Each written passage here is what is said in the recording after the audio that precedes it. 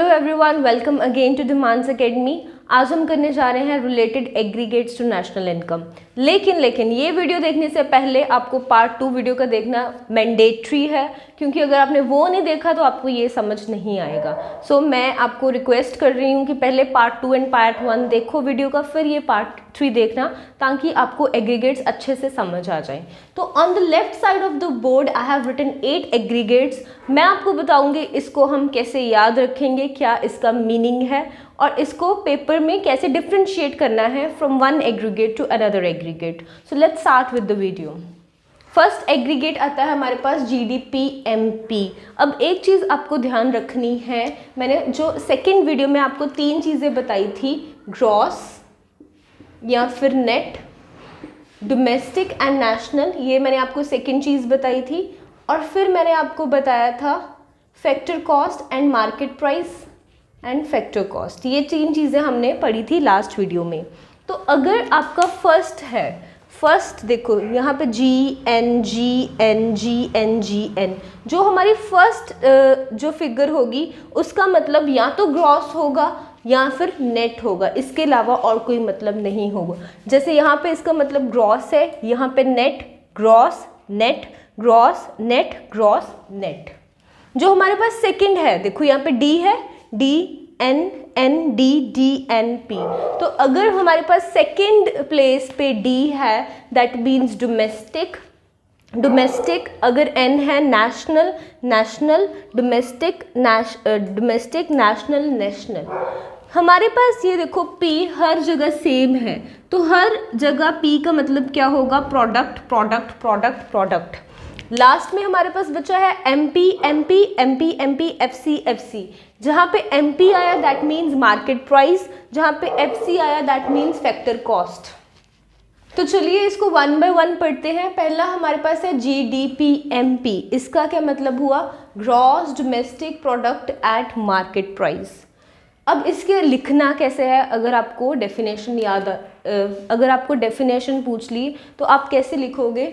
जो भी आप एमपी से वर्ड स्टार्ट करोगे तो आप क्या लिखोगे, इट इज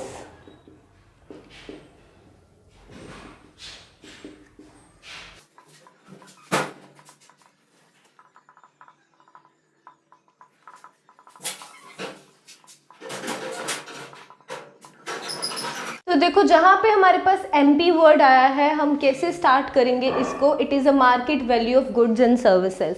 यहाँ पे भी हमने क्या स्टार्ट किया है, एमपी है, एमपी है, एमपी है, तो हमारी सेम डेफिनेशन होगी, it is a market value of goods and services. फिर हमारे पास आया, हम अब पीछे से आगे जाएंगे, डोमेस्टिक, डी है, यहाँ पे भी डी है, यहाँ पे एन है। अगर आपके पास सेकेंड प्लेस पे डी है तो आप क्या लिखोगे, यहाँ पे produced with in domestic territory. क्या लिखोगे, produced with in domestic territory.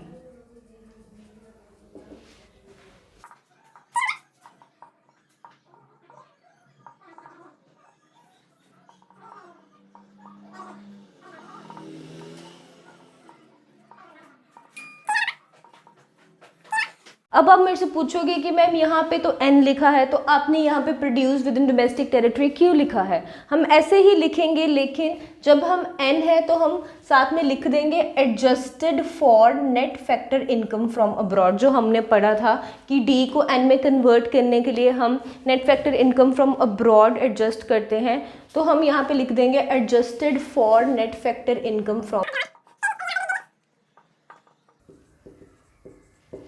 बस क्या लिखोगे, ड्यूरिंग 1 अकाउंटिंग ईयर। अब जी रह गया हमारा, जी की जगह क्या आ जाएगा, इंक्लूडिंग डेप्रिसिएशन, क्योंकि हमने अभी पढ़ा था सेकेंड वीडियो में कि डेप्रिसिएशन जी में इंक्लूड होता है। लाइकवाइज यहाँ पे भी आ जाएगा produce with in 1 accounting year. अब यहाँ पे एन है तो हम क्या लिखेंगे, यहाँ पे हमने इंक्लूडिंग डेप्रिसिएशन लिखा था, यहाँ पे हम क्या लिखेंगे, एक्सक्लूडिंग डेप्रिसिएशन। यहाँ पे जी है, हम क्या लिखेंगे, produce with in 1 year, in 1 year including depreciation. और यहाँ पे क्या आ जाएगा, आपको पता है 1 ईयर एक्सक्लूडिंग डेप्रिसिएशन। फर्स्ट 4 तो हो गए और आई होप बहुत इजी होंगे, क्योंकि इससे इजी मेथड नहीं है इनको याद करने का। फिर आया हमारे पास नेक्स्ट 8 एग्रीगेट्स, ये भी मैं आपको बताती हूँ कैसे करना है। ये सारे एग्रीगेट्स एम से शुरू हुए थे, तो हमने लिखा it is a market value of goods, market value of goods. और इस सारे एग्रीगेट्स के साथ फैक्टर कॉस्ट आया है, तो हम इन एग्रीगेट्स को कैसे स्टार्ट करेंगे?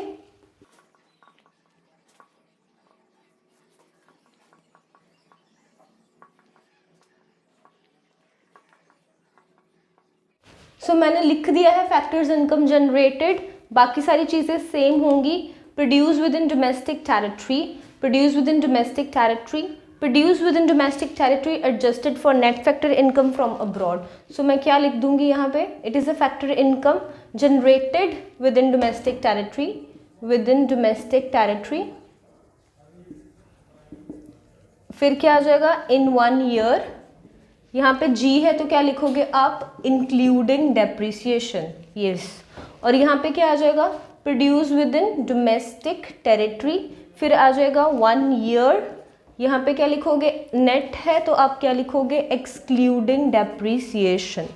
फिर यहाँ पे 7th में आ जाएगा फैक्टर इनकम जनरेटेड, एन आ गया है यहाँ पे, तो आप क्या लिखोगे? Domestic territory, factor income generated with in domestic territory adjusted for net factor income from abroad produced in a 1 year, but G है तो क्या लिखोगे? including depreciation। लास्ट वाला है factor income generated during factor income generated in domestic territory adjusted for net factor income from abroad in 1 year excluding depreciation. So I hope you are clear with these 8 concepts and these are little bit tough and confusing, but अगर आपने ये video अच्छे से देखी है तो I hope you won't be having any doubt in this. फिर से पढ़ोगे, I am sure you will not forget it. So if you like the content of this video, please subscribe my channel and press the bell icon so that you can get regular updates of my videos.